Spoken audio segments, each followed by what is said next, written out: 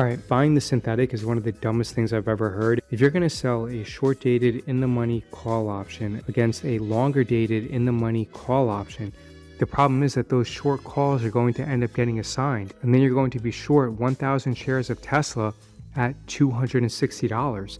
The buying power requirements on those short 1,000 shares of Tesla are going to be astronomical.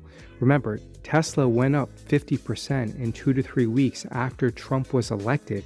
There's no way that your broker would allow you to assume that risk without forcing you into a margin call and forcing you to close out that position, because your broker is going to look at it and think that Tesla could potentially go up to $450.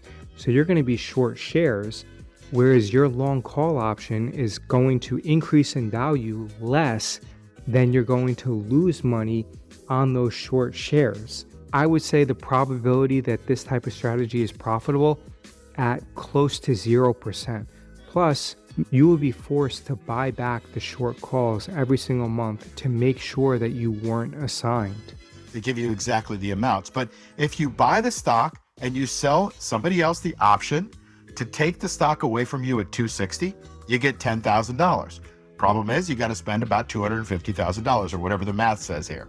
Okay, and you spend $108,000 and you still get back the $37,000 or so. And so now you're in it for only about $70,000 and you're still getting $10,000 a month. Yeah, again, but the expirations on the options are different, and the margin requirements on the shares versus options are different. The expiration dates are different, and the deltas on those options are also different. So I would never do this strategy unless I wanted to have a lot of problems while simultaneously getting stressed out and underperforming the market.